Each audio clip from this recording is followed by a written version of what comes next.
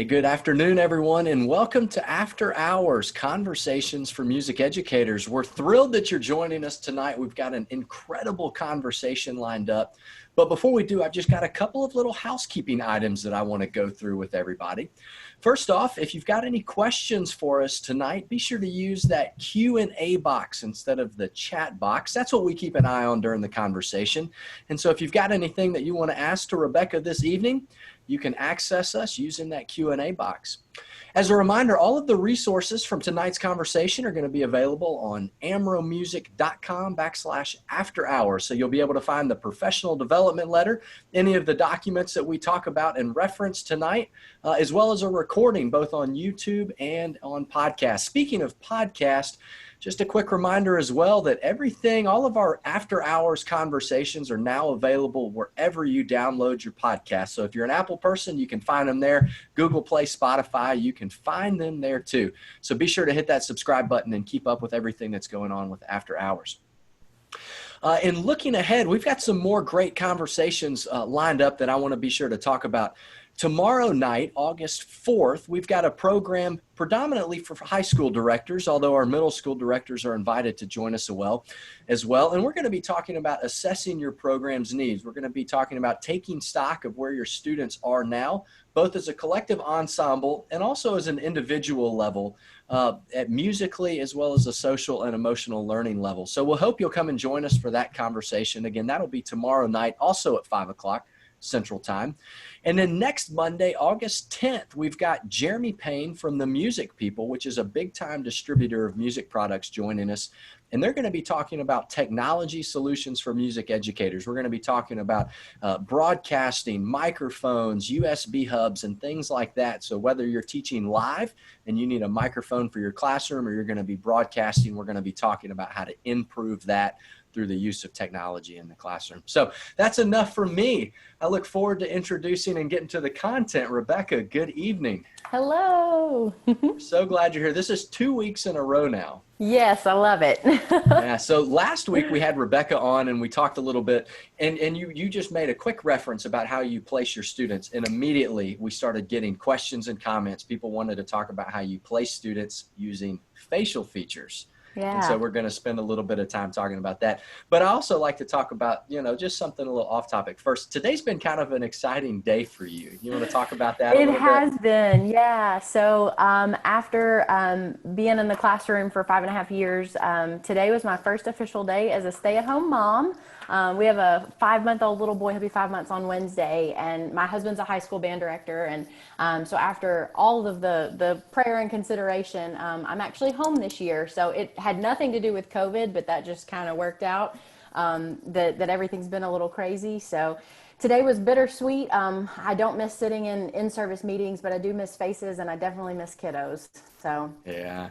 Well, you were doing wonderful things at Mill Creek, and I suspect here very soon you'll be back with a baton in your hand, standing on a podium. But you're going to enjoy these wonderful time and memories at home with your new son. So congratulations, and even more so, thanks for taking the time to talk about this. So So you just wrapped up a presentation for Arkansas Bandmasters talking about this. So you've got some materials prepared. So if you don't mind, just kind of share with us how you get to testing the students, the steps that you go through. And then more importantly, this year, the idea of doing buzzing mouthpieces and aerosols, people just aren't really attracted to.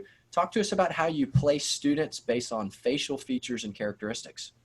Yeah. So I have two things before we get started. One is credit where credit is due, and the other is a disclaimer. So just credit for this.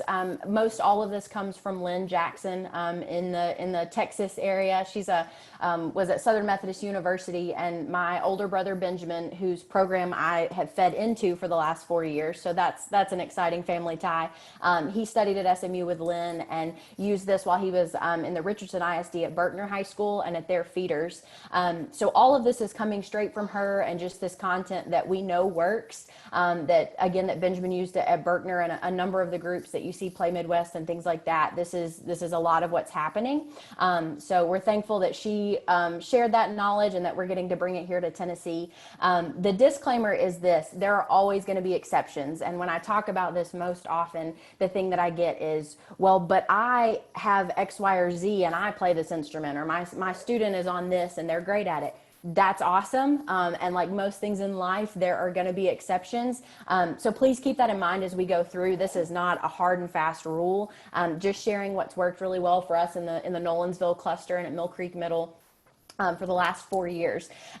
So yeah, a lot of this, the reason that it works is the buy-in from the kiddos to you. So we all know that teaching starts with that relationship piece. And if you really show them that you have knowledge with what you're doing, right? And they know that you care about them, they're going to buy into this. Most kids want to run and pick up an instrument. We play it up as, hey guys, I'm just going to stare at your face and tell you what you should play. And they're like, you're going to do what? And they think that you're a magician. Which is really fun. And it's gotten to the point now in Nolensville where I literally have younger siblings that will run up to me like at a football game and be like, Miss Lowry, look at my face. What am I going to play? And I have to tell them like, hey bud, wait till 6th grade, we'll get there. So when you change this culture, and it is a change of culture, right? Because most everybody and their brother has buzzed on a mouthpiece and that's how they got placed. When you get them to kind of drink the Kool-Aid a little bit, it really, it helps. So year 1 is the most difficult for sure. And as you go from there, it just gets easier and easier. I apologize if James is in the background. We're hanging out tonight. So it's great. Love it. Basically the way that we get started is explaining to the kids. And when I say we, I'm referencing myself. I've been the only director at Mill Creek, single person, about 130 to 145 in the band program. But my older brother, Benjamin, is at Nolensville High School across the street. And he actually comes over and we're able to team teach 6th grade, not every day, but quite a few days during the week, which is great when his schedule allows. So the thing that we do to start is we explain to them that everybody is kind of set up naturally for a particular instrument just because of the way that their face is, their facial features. We relate this most often. We'll play the clip from Harry Potter where he goes to Ollivander's and gets the wand for the first time. And Ollivander says the wand chooses the wizard. Nobody knows why, but that's how it's always been. And when you kind of put that little carrot in there, it's like a 2-minute clip. You can find it on YouTube. The kids all freak out because most of them know the franchise and love it. And then when they stop and think, wow, like that video clip is an example of him trying a couple things and then really not working, to finding the thing, and it's the glowing lights and the awesome music and all of that. So we relate it that way just to kind of get them to go, hey, trust us. Like we've been doing this. We promise we know what's going to work. Okay. So we start there. The first thing that we do with kids before we ever go to fit them is we do want them to have ownership, feel that they've got that ownership in their choice. So we start with an instrument petting zoo. I am going to share with you guys, and I'm happy to put this on the website as well. This is, sorry, all the screens. This is what we do for that instrument petting zoo. So they get this document. We do this on the Friday, like the first Friday that they're in school, the first full Friday. We set up a petting zoo. It's been in the auditorium in years past. I think if you have the ability to do this, you can totally socially distance and have these boards up.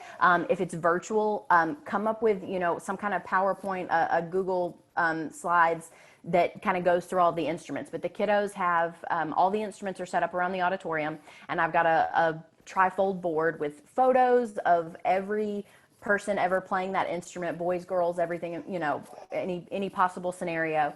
I also tell them kind of what ensembles are available if they choose a certain instrument. Jazz band is not going to be something that's listed for horn. I'm a horn player. Can it happen? Yes. Is it typical? No. So just ensemble opportunities and things like that. And they go around, they don't play anything, but they touch everything. They're able to see it. And they go through and say, my favorite instrument was, I liked it because, just very straightforward. The most often answer here, the biggest answer here is always, my least favorite was tuba because it was heavy.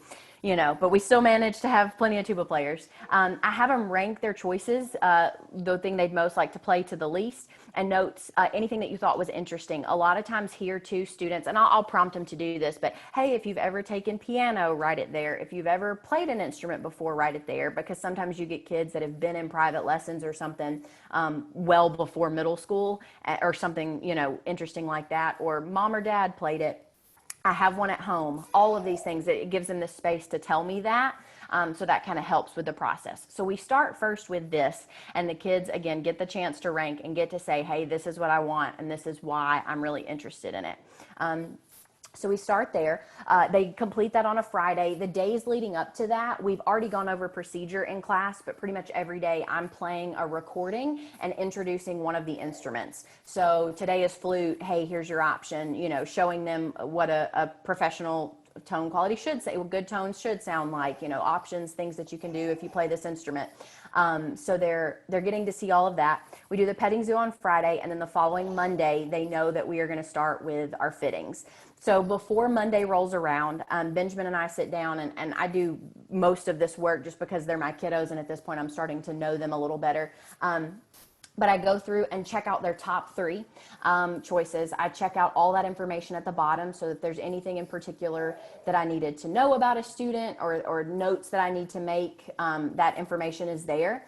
I can make all these notes on another document that I'll show you here in just a minute. So I'm going through, checking out all these things. I've got them in alphabetical order at this point, and now Monday morning rolls around. So when they get to class on Monday, the biggest thing that we love about this, besides the fact that it's super accurate, is it's really efficient. So my first 2 years of teaching, when I was at a different school, I did the mouthpiece buzzing and all these things, and it took at least 10 minutes a kid, if not longer, and we were there before school and after school and lunch and all these times trying to get it done. I can fit a kid in under 3 minutes, in and out, super fast, in the middle of class. Even on the days where Benjamin is not there, I'm able to facilitate and do this alone, and for all you single directors, and it works really well. So on the whiteboard, I've got every kid's name listed in alphabetical order, and we tell them when they come in Monday, hey guys, here's setting the expectation. We want to get you fitted. We want to get it done as fast as we can so that you know what you're going to play.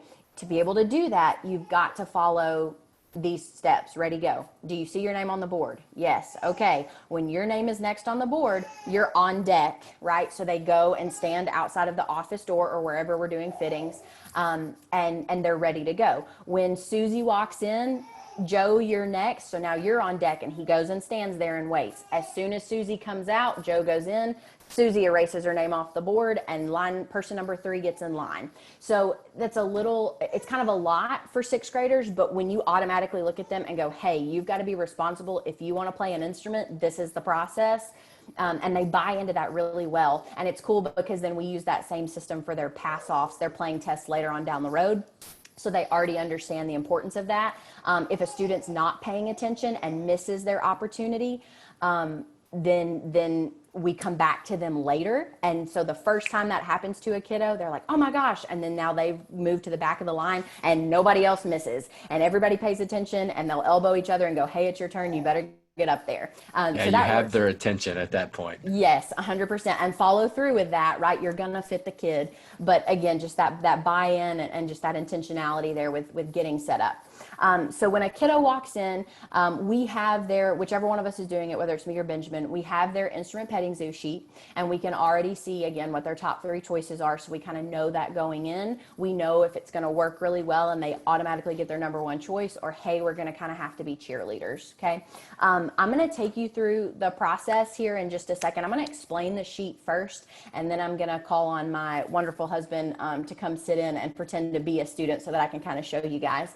So the 3 things that we're looking for, and I'll put this up on the screen in just a second, are their teeth, their chin, and their lips, and what this looks like. So let me pull this up so that you guys can kind of follow along as we go through. And I want to ask, I mean, you kind of touched on this, but it's different. I mean, you don't have a mouthpiece at your instrument petting zoo, because I think most people hear the word petting zoo and they envision all of this stuff. You don't even have a mouthpiece present. The kids can touch the instrument, they can see the instrument, they can hear the instrument, but that's the extent of it. That's it. They're not playing. They're not making a sound. Now, obviously, like flute, the head joint is going to be there, but most of them have no idea what to do with that anyway. And we do make a big deal at the beginning, too, of, hey, guys, this is a lot of really expensive equipment. You've got to be really careful with it. We want you to see it and enjoy it. But if you make a sound, like, you immediately lose your privilege to be there, right? And you're sitting and you don't get to tell me what you want to play because we didn't handle it. And in the 4 years we've done this at Mill Creek, I've never had an issue with it. But again, take those mouthpieces away, doesn't even have time to be an issue. So if you look here, this is the sheet. This is all of the knowledge in one place. So thank you, Amro. A couple years ago when I first gave this clinic, I had all this information and like know where to put it, and they helped me create this this sheet here. So when you look at teeth, you're looking for even and uneven. This goes a couple different ways. The primary thing you're looking at with teeth is the bite. So having them open and close and checking out, do they have a serious overbite or underbite, or do their teeth close naturally and they're fairly even, okay?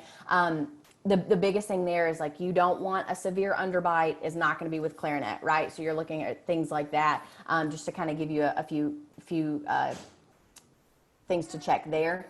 You're also looking a little bit at just their actual mouth and are their teeth straight or not. Obviously, that's going to change. Every kid ever gets braces now. Most of them have already had braces. When they come in, I ask, do you have them? Well, not do, I can see if they do. Have you had them, or do you know for sure that you are going to be getting them? I'm not going to keep a kid off an instrument because of braces, but I'm also going to keep that in mind as I get ready to place them. If they're going to go get braces next week, I'm going to take that into consideration as we get ready to start them on something.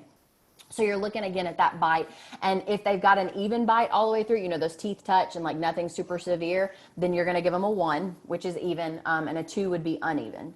The next thing you're looking for is their chin. So we're going to, they have the larger chin, what you would call a round shape or kind of a square chin. Checking that out, that's a 3. Or pointed, that's supposed to say sharp, so pointed or sharp. So you see here, this is that pointed chin. You've got more of that like almost heart shape, you know, that it's a little more pointed.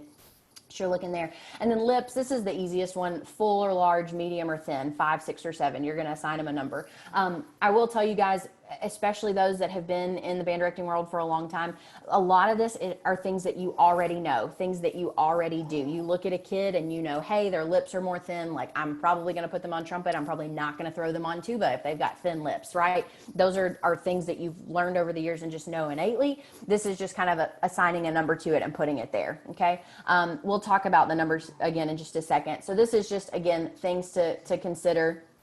No overbites on flute. You want that bottom lip to be a little fuller for a flute player, looking at so that it's that cushion. I won't bore you and read this to you, but this is what most of the pieces are. Again, no bow or V. We know this for flute. Yeah, you guys are smart. This is going to be available. I don't want to sit here and read it to you, but this is things that we're looking at through all of this, right? Just to kind of keep in mind as we go through. I will point out here the low brass, the even teeth is less critical. And I'm going to show you that in an example with a kiddo here in just a little bit, that if they happen to be a 2, so if you look back up here, if they happen to be a 2 instead of a 1, it's not the end of the world if if everything else is kind of geared more towards that low brass piece. So kiddos have gone through, you know, my students I've gone through, I've looked at them, I've given them numbers. And so like the student that's listed here, you would call that a 1, an even bite. You would look at the chin as a 4 and the lips are a 5, which is full or large. So they're a 1, 4, 5. If you come down here, 1, 4, 5, the recommendations are going to be clarinet, saxophone, or flute. So obviously once I see that, the next thing I'm going to think is, okay, was there any sort of teardrop or anything that's going to take them off of flute automatically? Okay. Do they have, which they wouldn't have an overbite at this point because you know that they had even teeth. So you're looking at 1, 4, 5. Again, that doesn't mean those are the only things that student can play successfully, but that's kind of where they're naturally set up. Most of the time, if one of these 3 is on their first choice, boom, done, moving on, great. If it's their second or third, a lot of times we'll still place them there and just kind of make a note of that. This is the part where I'm going to tell you, we do not tell the child what they are going to play right there in that moment. We take them through this, we put the information in our spreadsheet, and we say, have a nice day, we'll talk to you later, thanks so much, and they leave. And it kills them, but y'all, it does a couple different things. Number one, they learn to wait and be gratified later, delayed gratification, which is the opposite of most things they get nowadays. They are learning, they know that we are taking this really seriously and really thinking about it, because then it gives us the chance to look back and go, hey, you know, Susie was a 1, 4, 5. She could be clarinet or saxophone. Those are her first and second choices. What does the ensemble need more? Okay. If we have 7,000 alto players, I know that never happens in anybody else's band, but if you have 7,000 saxophone players, then put her on clarinet. She's going to be great. Right. And we get a chance to kind of check those numbers as we're going, which is really helpful. And then we totally totally have a party when it's time for them to find out what they're playing. And I'll talk to you about that later, but it's a whole thing. We party on a Friday as they're finding that out. And so it's a lot of fun. So that's kind of the general sense of what you're looking for here. This next thing I'm going to show you is the spreadsheet that we use. And this is just a sample one that I made after the ABA clinic. I had a couple folks ask about it, and I'm happy to share this with you if you want it, and you can make a copy of it. It's in Google.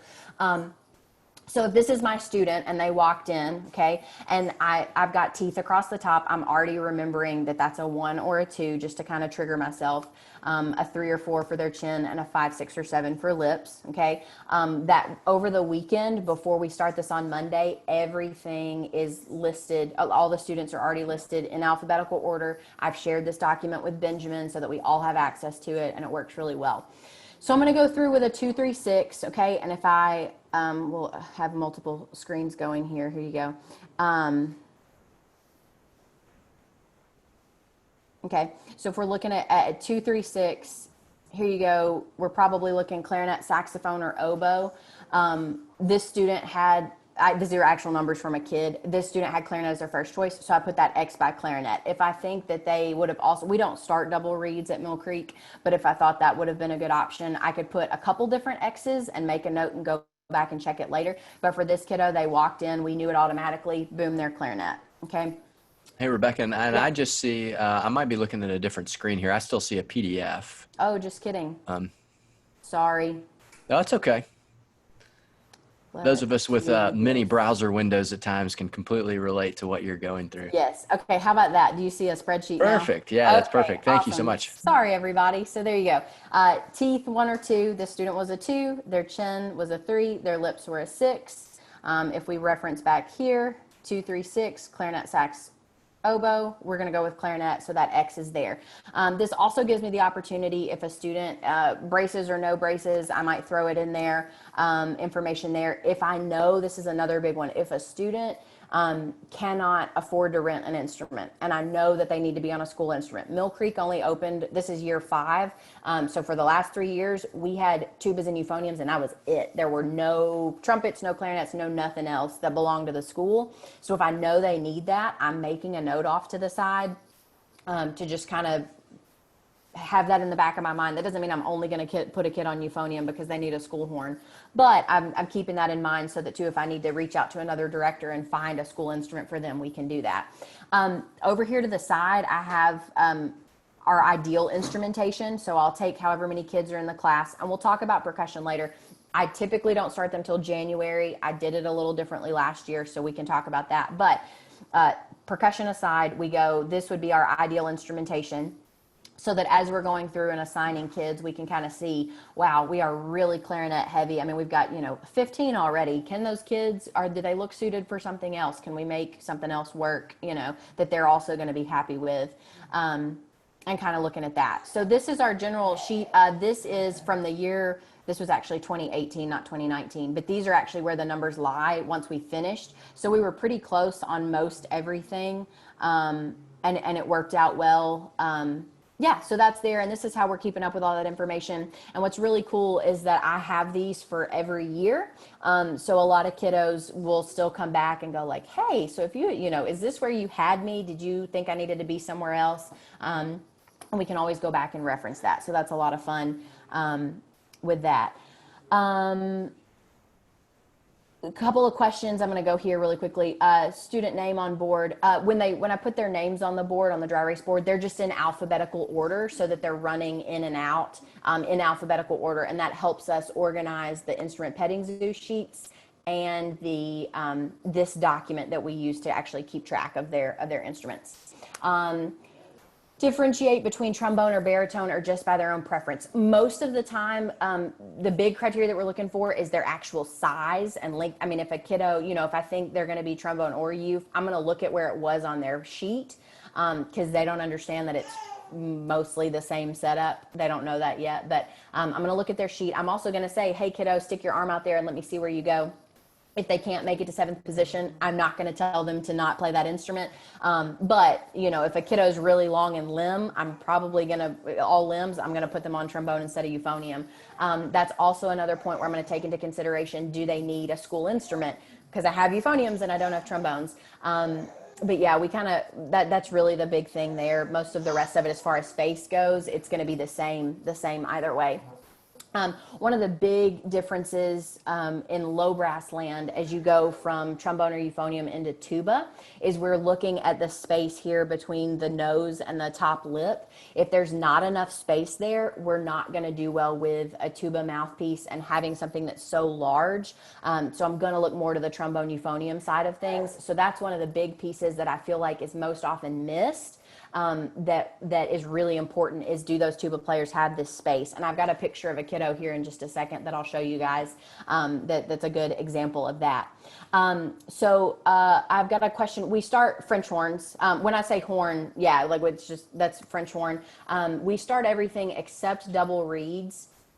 Trying to think, no double reeds because we don't own any because we're a new school.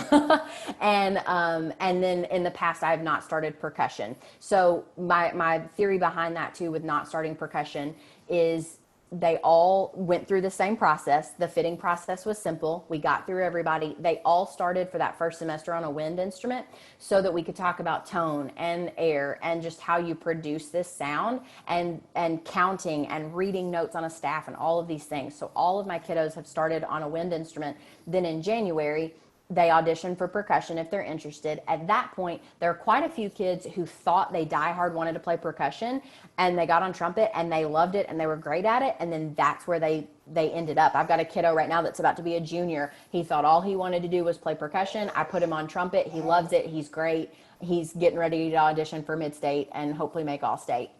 So you give that. You also know the kids by then, and you know their tendencies with organization and with behavior and things like that, and that's really helpful, so that percussion section is really strong and made up of kiddos who are kind of with it and really ready to do the thing. Well, yeah, so this past year we did start percussion in the beginning of the school year. We had a second director added at the high school, and he's a percussionist. And so I was like, great, if he's there and can kind of help me through this as well, we'll make this happen. I think the kids enjoyed it. I still fit them all on wind instruments first in those first 2 days. And then we did percussion auditions on Wednesday on that third day. But everybody goes through and I look at their faces. So that kind of covers that. I'm going to ask my husband to step in really quickly and kind of show you guys what I would do when a kiddo walks in. He's also going to have James. So this is, I'll maybe fit James after the fact. But this is Chris. Hey, Chris. So when he walks in, Most middle schoolers don't have children. most middle schoolers are not going to also walk in with a baby or a beard. Or a beard. I was thinking right. that too. That makes it really difficult. But yeah, so I'm going to have him walk in, and I'm just going to act like a middle school director here for 30 seconds. Bear with me. Hey, Chris, we are so excited to get you fitted today. It's just like going to the dentist, but way less painful. And they always giggle here. But way less painful. So I want you to look straight ahead, find a spot on the wall to look at, just really nice and natural. This should just look like Chris, not like Chris, right? That's super crazy. And they'll giggle there too. So at this point, the first thing I'm looking at is their face shape. So for him, there's a beard there, but underneath you're going to see that it's kind of that large, that round shape. So I would automatically tag him as a 3 when it comes to the chin, when it's 3 versus 4. So he'd be a 3. I'm then going to look at lips, and I would put him in that medium to thin range. Lips are kind of tough because sometimes they are like kind of a hybrid of 2, or like the top lip is a 7, but the bottom lip is a 6. Put them on flute, things like that. So I would put him, I'd probably tag him, honestly, as a 6, just in that medium range. And then with teeth, I'm going to say, okay, open up really wide for me and bite down. Good. Do it again. Open and bite down. And I'm just looking at their bite here. Great. Awesome. Thanks. Will you just smile for me? Like just a good, like natural smile. Good. But show me your teeth. Good. Okay, awesome. Thanks, bud. Have a great day. Mr. Easley and I are going to let you know what you're going to play on Friday. We're super excited for it. And then he pieces out. Thanks, Chris. Thanks, Chris. I would fit James, but he doesn't have any teeth, so we'd probably put him on saxophone. We'll make that work as we get there. No, people have already asked me, and just obviously this baby's going to change. He's 5 months old, but right now his lips and his chin, I would probably put him on trumpet. So we'll see what happens with his teeth. So that's what it looks like when a kiddo walks in. Again, under 3 minutes. I'm making sure that I'm taking time to write all of this down in the spreadsheet as we're going through. I'm also looking at their instrument petting zoo, making sure that that's kind of where it needs to be. And 98% of our kiddos end up with their top 3 choices. In last year's class of 60 beginners, I had one student that choice number 7 is really where they needed to be, and they ended up there, and it was great. So that worked out really well. But yeah, that's what that process looks like. Then they leave. I would tell you, if this is your first year doing it, I would highly encourage you get permission from the student, but take a picture of their face or turn a camera on. If you're doing this on Zoom, great, record it as you go, because when it's your first time doing it, in that moment, you're going to go, oh my gosh, what did she say? And what is that chart? And how do I function at all? And so if you are able to go back and reference, make your best guess in that moment. And then if you've got a picture or a video, you can go back and see it in like the comfort of your own home, possibly with a glass of red wine, and you get way smarter and can figure out this is what they should have been, right? Like look at their teeth, look at their chin if you're not sure. Honestly, if you want to ask me in the middle of it, I've had friends that did this for the first time in the last year or two, and I would like get a picture of just a chin and it'd be like, what would you call this? I'm totally fine with that. Again, don't go against district rules and privacy settings and all those things. But if you need help, please ask. I'm happy to kind of walk you through some of that. So what would your score have Chris been? Did he have a little bit of, what was his teeth? Yeah, so I noticed a slight overbite. Yes, yep, a little bit. So I went with a 2-3-6, so 2 being that uneven bite. So a 2-3-6 on the chart is clarinet, saxophone, oboe. I would have put him on clarinet. Just naturally, he's a percussionist, so none of this actually applies to him at this moment in time. But I would have put him on clarinet naturally. He has some space here, and because his lips are that medium fullness, he could have done a low brass instrument. He could have gone trombone or euphonium, but just automatically out the gate, I would have put him on clarinet. Yeah. So what would you score, just as another example, what would you score your facial structure as? Mine, I've actually never done this before. I do have an even bite though. I would go 1-4-6 for me, 1-4-6. Possibly 1-4-7. I have this weird, like my bottom lip is fuller than my top lip. I'm a horn player, so 1-4-7 would have fallen within that. The other thing I do when a kiddo lands as either a 1-3-7 or a 1-4-7, something that says horn, I do a pitch matching test with them. So just in that moment, like, hey, I'm going to hum a note for you and I want you to hum it back to me. Or I'll put on a drone like with tonal energy, and they kind of freak out for a second. I'm like, oh no, it's no big deal. Like just pop it back out. And if they can't match pitch at all, I'm not going to put them on horn. Trumpet or something else. So yeah, I know a lot of people are moving people from trumpet to horn. So that's a way that you kind of identify that up front. Okay. Sure. Love that. That's a great idea. Guys, I feel like I'm just kind of word vomiting right now. I know this is so much information. This is going to be a video you can go back and watch and listen again. And again, please reach out anytime.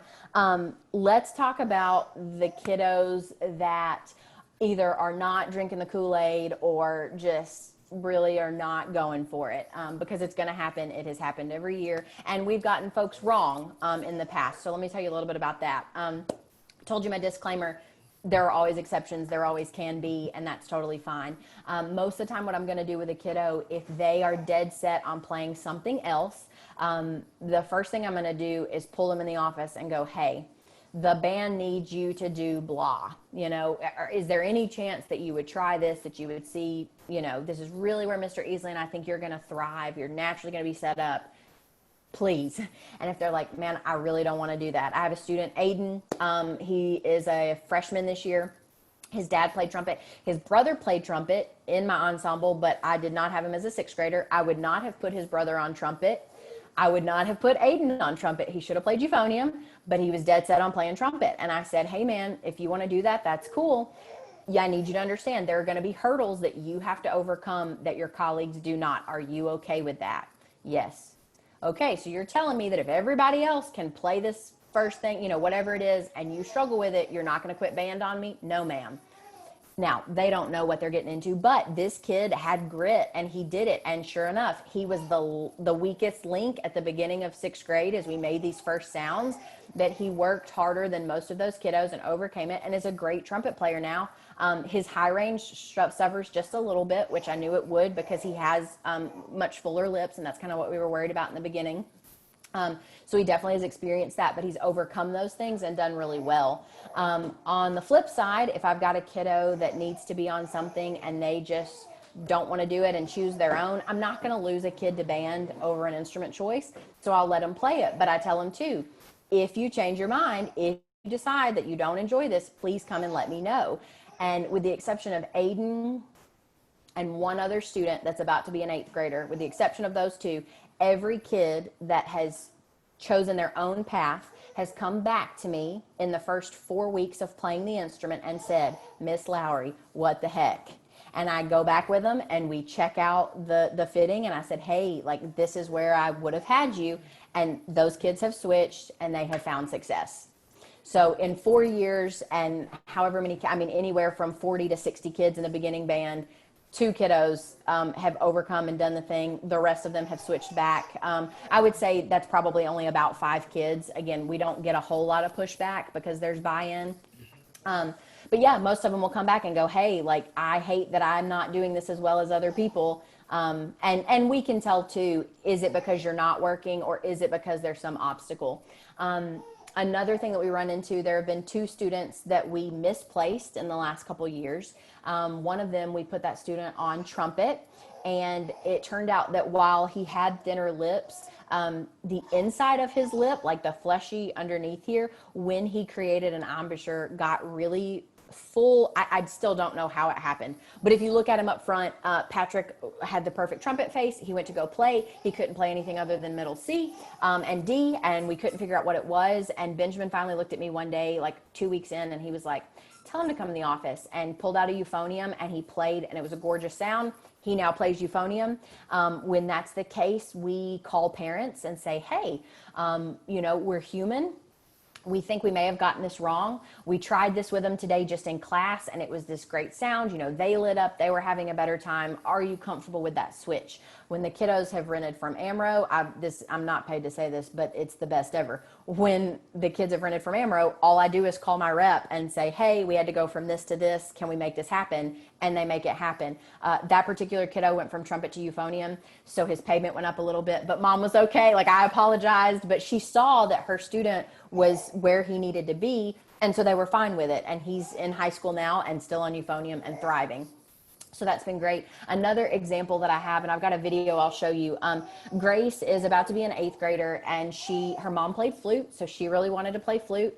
And when we fit her, it was not the first thing we would have put her on, but it wasn't going to be super detrimental. So we were like, okay, cool. Put her on flute. She tried so hard and worked and worked and worked, and was just like, could barely get a sound. Well, we went back and looked, and she ended up having, it wasn't a visible teardrop, but when you look at the pattern of the air, there was definitely a W instead of a V. And so we kind of had to bunt and go, okay, what are we going to do here? And we ended up putting her on trumpet. And I will share this with you guys now. Let me check and make sure this is going to work before I do it. Yeah. Let me unmute everything. Let me screen share really quickly. Sorry, guys. Cool. And this was Grace's, the first ever sound. Like we said, can you come to the band room during your lunch? Can we try this? We very quickly explained air to vibration, how we start sounds, and this was Grace.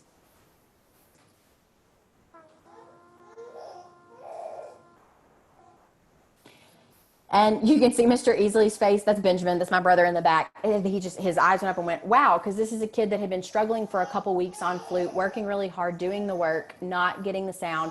And that was her first ever sound on trumpet. And we sent that video to mom and said, hey, look, I know you weren't renting an instrument, period, because she had your flute, but I really think this is where she's going to thrive. They got a trumpet. She stepped up last year. She's playing. She auditioned for Mid-State this year, wants to go to our county honor band, and it works really well for kids. So please be aware that, like, if you make a mistake and you realize that you made the mistake, just be honest with the kid. If they're really struggling and you go back and look and go, man, I mixed up, then be honest with them. And more often than not, they're going to be okay because they realize that you are being honest and that you care about their success. So that's Rebecca, do you get any pushback from the parents on this? I mean, or for the most part, they pretty on board? Yeah, I had pushback the very first year. I had a kiddo that only wanted to play tuba because dad had played tuba, and we put him on saxophone. Just to be honest, his teeth were very crooked, there was a lot of things happening, and like mom had basically already said, they're always going to be like that. He either couldn't get braces or it wasn't going to fix it or something. And I knew with such an uneven palate, like brass was just not going to work well for him. So we put him on saxophone. Every day for about the first month, he was like poopy faced and I don't want to do this. And I was just like, bud, like, just give me, and I tell the kids, like, just try it for me. And if you really do hate it, like, then we'll reconsider, we'll look back. And I had dad like coming up to me on Friday nights. Hey, why isn't he blah, blah, blah, blah, blah, playing tuba? And we started playing, and he got those first couple sounds. And I will never forget, as much as I hate hot cross buns, he went home and he played hot cross buns, and it actually sounded fantastic. And dad came up to me that next Friday night and was like, oh, so he should be playing saxophone. And I was like, yes. And so he plays Barry. He wanted something low. He wanted to be like that bottom of the pyramid. We put him on Barry when he was in 7th grade, still doing it. He's about to be a junior. And it's worked. No, he's about to be a sophomore. Anyway, it's worked really well all the way through. So occasionally you get that. But again, if you show that your interest is their best interest, then parents are typically going to buy in. And again, by year 4, I literally have parents that ask me what I would put them on. So they've kind of had the Kool-Aid at that point and understand. They hear what the 6th grade band sounds like at Christmas, and they hear that there are great fundamental sounds. And they know, because if they've ever heard a band, another 6th grade band that maybe wasn't super great, or kids weren't on what they needed to be on and squeaked and squawked, they can tell the difference, even if they're not musicians. And so that helps a lot.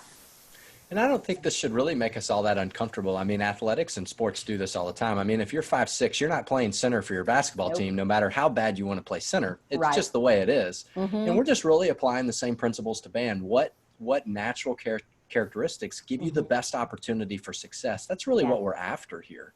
100%. So it's not that different than what other parents are seeing in other activities. Mm-hmm. I think that the biggest obstacle to overcome is if they've had a kid in beginning band somewhere else that's done it the other way, or if they were in band and they've done it another way. And so that's tough to overcome sometimes, again, in that first year. But I will say it again, once they hear the kid's first sound, they're like, oh, okay, that's why we did this. You heard it with Grace, with the trumpet player. We do that air to vibration to get their first sounds. That could be a whole other clinic, but I won't go there right now. But most of our students, we call that their natural note. We have them just send air, and as the vibration comes, what note is naturally coming out. And most of our brass players land on a concert F instead of a B flat, and we work our way down the first 5 notes, which gets rid of other tension. It's already working on their high register without a lot of tension and a lot of crazy tongue placement and things like that. And most of them, it's because they're where they need to be. I'm speaking to brass a lot because, that's kind of has been my focus. But even with our woodwinds, flute players getting a gorgeous first sound because they've got that cushion, that bottom there, and getting them to be able to say poo and to pull that bottom lip out when they've got the fuller lip there. It's a cushion. It's that pillow that they need. They get a beautiful sound. It really does apply everywhere, just with what they're doing successfully. Clarinets that actually play in tune, like from the get-go, and we don't have a lot of issues with pitch and things like that, just because they're set up well. I'm going to check the Q&A here really quickly. Yeah, we got a couple of people asking if we could do a few more examples. Any chance you have other pictures? I've got pictures. That's the next thing That'd to be do. Great. How do they explain it to parents? I do not show them this chart because some of them like want to get feisty about things. Like I can just see that being a problem. So I tell them it's teeth, chin, and lips, but that's all they know. They don't see these numbers. The kids don't see these numbers. Not that I'm hiding it. I mean, if one of them wanted to, like, come on, like, let's do that. Future Clinic on Air to Vibration, all about it. I don't show them these numbers, but if a kid straight up comes and asks me, like, I'll do it. Most kids, though, look in the mirror and know where they are. I had a kid this year that was in the 6th grade. Dad played trumpet, wanted to play trumpet, full, beautiful lips, tuba all day long, all the space right here. Put him on tuba. He kind of wasn't sure about it at first, but his mom came to me in September, at the end of September, and said, I didn't get permission, so I won't use his name. He has been self-conscious about his full lips his entire life. And when you told him that that was what was going to help him be so good on tuba, it was the first time in his life he has not been embarrassed by it. And, you know, you kind of always run that risk when you look at a kid and go like, hey, you have a really full lip. You know, I'm not looking at him. It's not a making fun thing. It's just like, hey, like that's your natural thing. Like, let's use that to your advantage. And that kid is a rockin' tuba player and took pride in that because he knew this is what I'm set up for. This is why I'm awesome, because my face looks like this. And so that was really helpful. Let's do some examples. Get a little screen share going here. Okay. So this is Emma. She was in my 6th grade this past year. So if we look at Emma, and y'all, I will tell you, the teeth are a little bit tricky to see in a lot of this. And I apologize, but it's just the way it is with pictures. So if we look at Emma, if we look at teeth first, she's got a little bit of a tooth that comes back here, but her general bite is pretty even. When you go through and look at that, her chin is definitely that pointed chin that we're looking at. It kind of gets skinny there at the end. And her lips are a 7. They would definitely be thin. So she's a 1-4-7, which on the chart is trumpet, horn, or flute. And we did put her on trumpet, and she gets a great sound. She is going to be getting braces. Actually, she got them this summer.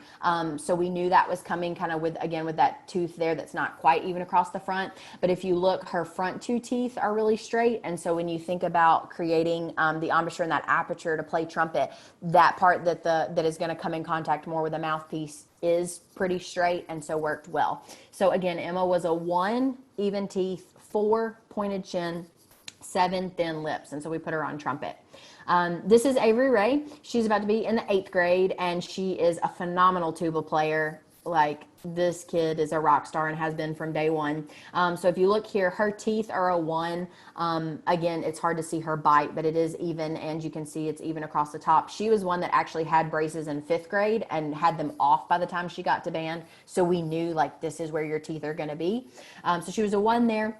She's a 3. She's got more of that square, it's round or square chin, but you can kind of see that square shape along the bottom there.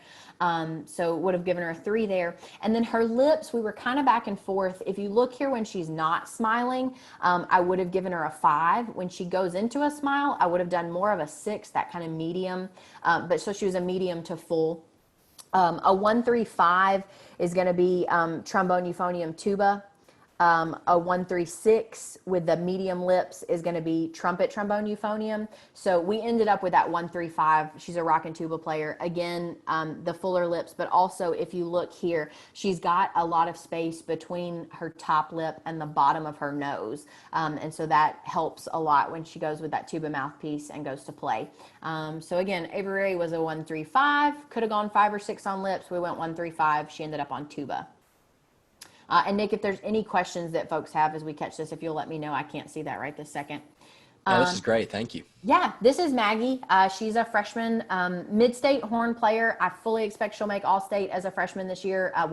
When that happens again, fingers crossed. She's phenomenal. So if you look at Maggie, she is also that even bite all the way through, and her teeth are even. She had braces while, like in 7th grade, in the middle of her playing career with me. But she had fairly even teeth and bite beforehand. She's going to be a 4. That pointed or sharp chin, again, you can see kind of how it's moving down here. When you look at the idea of round, yes, the bottom of her chin is round here, but her entire face shape is not real round. You can see right there that we get some of that point that comes through. And then again, when you look at her lips, she kind of was that line between a 6 and a 7, a medium and a thin. But if you look here when she's smiling, that top lip is a little more thin. So when we're looking at horn, I would say that my own lips are more of the thin, but I told you my top lip's a little smaller. Same thing here. She's got that thinner top lip, so she worked really well with horn. She also has phenomenal pitch. So she came in, we did the pitch matching. She was right on. She had played piano, so I knew she kind of had the ear for it. Yeah, so we ended up with her on horn. And she's rocking and rolling. This is Noah, and this is a great example of something that we talked about earlier with teeth that I'll get to in just a second. If I was giving Noah a score, I would have given him a 2 for his bite and just kind of the evenness or unevenness of his teeth. It definitely would have been a 2 that was uneven. His chin is going to be a 3, that rounded, larger shape there. It goes away a little bit when he smiles, but when you look at him straight on, it is that rounded there. And then his lips are definitely a 5, that full lip. So we ended up actually putting Noah. So if you look at those numbers, 2, 3, 5, that says clarinet or saxophone. If you look at 1, 3, 5, and the teeth are the only thing that we changed, it would be a low brass instrument. So when I looked at Noah, as soon as he walked in, I automatically went, this kid's going to be on low brass before I looked at anything, just based on his chin and his lips, which to me are some of the most important deciding factors, with the exception of a really severe bite. Teeth is a little less important to me than the lips and the chin. So because I knew we were looking at low brass and he ended up playing trombone, I knew that the teeth were going to be less essential with that, so that if they were a little uneven, which his bite was a little bit uneven, I knew it wouldn't be the end of the world. And sure enough, he's been on trombone and he's been totally fine through all of it. That was just kind of a call that we had to make, and I just felt in my gut like this is where he needs to be. He's also super tall and lanky, worked really well for trombone. If he had run into some major obstacles, we would have reevaluated and looked at that. But when I saw him, I knew, hey, this is kind of where he needs to be. So we went there. So that's a couple of examples. I hate that I don't have many woodwind folks. This is not going to be super high quality. This is a phenomenal flute player that we have. It's a video because it's all I had of her. But what I want you to watch in this is that bottom lip. Because it's just that spot on bottom lip for flute. This was First Sounds. So if you look there and you see, we get them to moo poo to get that bottom lip out. She did that and it was great. I had her do that in her fitting and go, hey Dina, can you give me, say the word poo, like Winnie the Pooh. And that bottom lip went whoop, and we went, okay, great, there we are. So that helps a lot with that as we're setting her up. I think that's mostly it. Let me see if I can catch a couple of questions here. Difference between typing brass and woodwinds. Not in particular. Some things are going to be, if you'll look at the chart, when you get to the chart, all of anything that is a 2, that is those uneven bite, is going to be end up with as a woodwind instrument, just because brass, it's a little more important with the mouthpiece, that they're more even. But again, even for me, trumpet and horn is more important that they've got that even spread. Low brass, you can kind of finagle just a little bit, and if they're a little bit uneven in bite or in just across the front, you can kind of work with that some. But if you look at anything on the left side that starts with the even teeth, you've got woodwinds, brass, all of it kind of wrapped up in there. So there's that. Process for selecting percussion. So whether this was in January or like when we did at the beginning of the year, I put them on a wind instrument. That's where they end up. And then I pull them in separately during class for percussion auditions. I have them play. I have lots of extra sticks, so I give them sticks. I do not over-explain. I very briefly go, here's how you hold a drumstick, but I don't over-explain because I want to see naturally what they can do.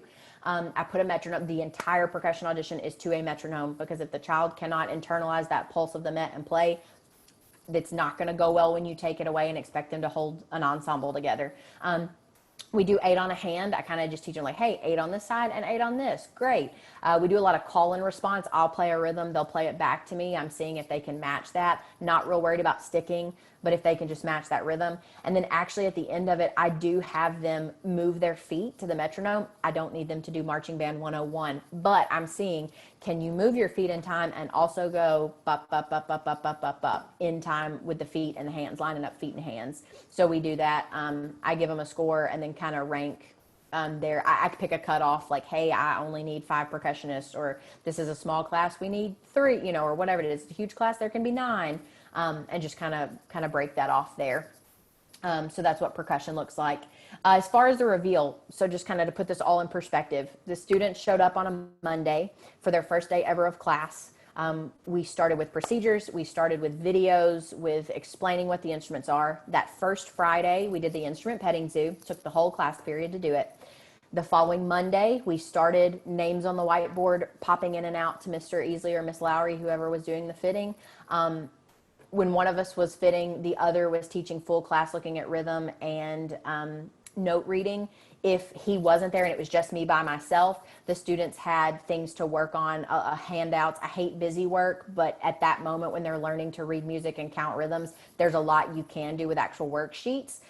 You also hold them accountable that hey guys, if you can't handle doing quiet work like on paper, I can't get you fitted, so you can't play an instrument. And that keeps them quiet and keeps that behavior kind of intact there. So that was Monday, Tuesday, sometimes Wednesday. Percussion auditions happened whenever the last day of fittings were. And then on the last Friday, so that second Friday of school, we do an instrument reveal. The kids come in, we have regular class, we count, we clap, we do master the alphabet, all these things. At the end of class, there is an envelope on their chair that has the band logo watermarked and their name in our font, because I'm really extra and there's a specific font for Mill Creek Band. And inside of that envelope is an index card that has a label on it that is the instrument name and a picture of it, because some of them will forget what a euphonium was. That matching picture and instrument name is listed, like they're hung up on the room in like a poster board size. So we count it down, 3, 2, 1. They rip into that envelope. They see what instrument they got, and they run to their section. And so then too, they're saying like, oh, like we both are playing clarinet. Like, heck yeah, that's what I wanted. You run into sometimes if a student's not on something that they wanted to be on, like really wanted top 3 choice, they might get a little sad faced about it. But typically the energy of the room keeps them from being problematic.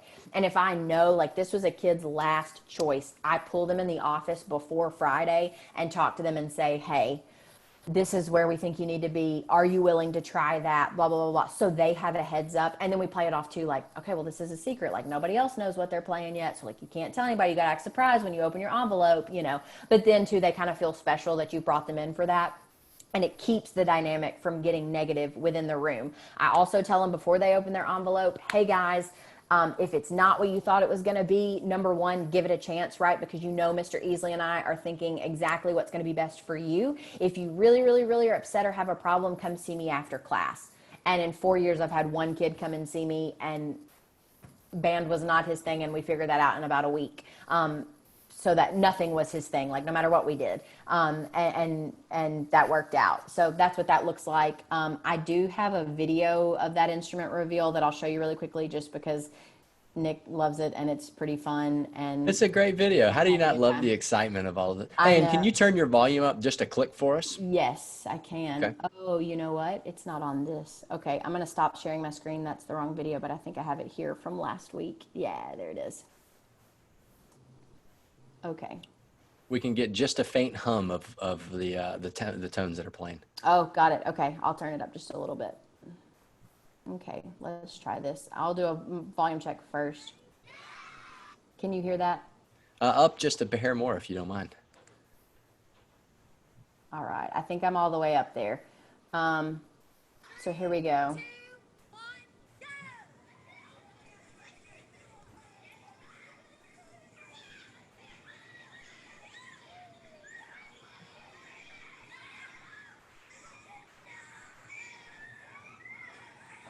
So I do not do mass chaos in my band room. Like they walk in a specific door and everything is a certain way. But for 5 minutes, we go ballistic on a Friday and we celebrate and we just are able to hype what they do and they love it. And it's a lot of fun. So that's what instrument reveal looks like in the Mill Creek band room the second Friday of school. And I think that's it. I love that. One of the things I'm taking away from this is you don't really leave anything up to chance. I mean, everything is intentional. The way you communicate it to the parents, the way you communicate it to the students, there's an intentionality behind it that later prevents problems down the road. I mean, doing the Harry Potter video builds that excitement. Doing the music, the instrument reveal builds that excitement. So you're kind of eliminating resistance before you get there. And I think that's such a smart takeaway from all of this stuff. So this has just been a fabulous thing. So one of the cool things too that we can talk about just very briefly is that you can do this in a virtual setting. You could do this on Zoom. You could set one-on-one appointments with a parent right there. Smile, show me your teeth, look down a little bit, bite. Okay. And kind of get that information. And then of course there's a lot of information. One that comes to mind is Scott Lang's Be Part of the Music that would offer that instrument petting zoo experience. So there's a lot of ways to do this right now. Through Zoom and through so that we can get around some of these hurdles that we're facing as a result of school closures and going online and things like that. Things like that. Want to just quickly hit a couple of the questions in there. This chart that we went over is going to be available on Amro. You can also email me if you want. My email is Rebecca, REBECCA, .Lauren, LAUREN, .Lowry, LOWRY @gmail.com. So please feel free to shoot me an email. I'm happy to send you things. One of the questions, when switching kids to percussion in January, do they have to rent, then stop renting? If they've rented through Amro, we just switch it out for the percussion kit that we use. That's a small xylophone and practice pad, so that works really well. In doing this for the entire 6th grade class in the school, no, they are signed up to band prior to instrument fittings. So they are already in band. If I have a kid come in late, I'm like, hey, come on, buddy. And we do it. Again, this takes 3 seconds, so it's easy to do. The reveal look in a virtual setting, I would say if there's a way that you can maybe do like an email or something like that kind of has their instrument that's going to be revealed. Trying to do some way, if there's a way to like send out a blast all at once so that the kids are maybe in Zoom together and can look at it that way. Or you could do a one-on-one, like have the picture and like, woo, here it is, and kind of tell the kid one-on-one that way. But it's just the excitement's really fun when you're getting to do everybody all together. Or maybe you Zoom with these 10 kids and go, y'all are the clarinet section, and they get excited that way. Yeah. I love that. A lot of great questions here. Yeah. I see students every day. When we were in a virtual or in a regular setting, they're going to do that virtually as well. Email address again is rebecca.lauren.lowry@gmail.com. And we'll post that on the website. So again, everybody can go to amromusic.com/after hours. We'll put Rebecca's email up there. We'll put the form that she used. And if she doesn't mind, we'll link to her Google spreadsheet as well so that people can download their own copy. So everything that we've looked at today, we'll be sure to make available to everyone. So sounds good. Well, Rebecca, this has absolutely been fabulous. I mean, you went through the nuts and bolts of the first 2 weeks. You shared with us how we can place students on instruments. What would I have been? I honestly probably would have put you on trumpet. Okay. Yeah. I was a trombone. Yeah. As my good friend Brian Pitts at South Haven would have said, I held trombone. Play was a stretch. I held trombone. You go. Hey, that happens. Maybe that's where I got a little off kilter back then, but we'll figure it out. That's another conversation for another day. So, well, this has been absolutely fabulous. Again, Rebecca, you're a new mom. Congratulations. Thanks for sharing some of your time. For this great conversation. And again, we've got some great conversations coming up. Tomorrow, we're going to be hosting Assessing Your Program's Needs. We're going to be talking about how to take stock of your students, your ensembles, and where to go from there. And then next week, August 10th, we're going to be talking about technology solutions. We're going to be talking about things like microphones and USB hubs. We've got a guest speaker coming and joining us, and he's going to share, we're talking about now PA systems in the classrooms, considerations when buying a PA system, and things like that to help set you up for success for the upcoming school year. So we hope you'll come and join us. Rebecca, again, bravo. Thanks for sharing all of this wisdom. For everybody at home, stay safe, wash your hands, wear a mask, and we will see you tomorrow for After Hours. Have a great night, and good night, everyone. Good night.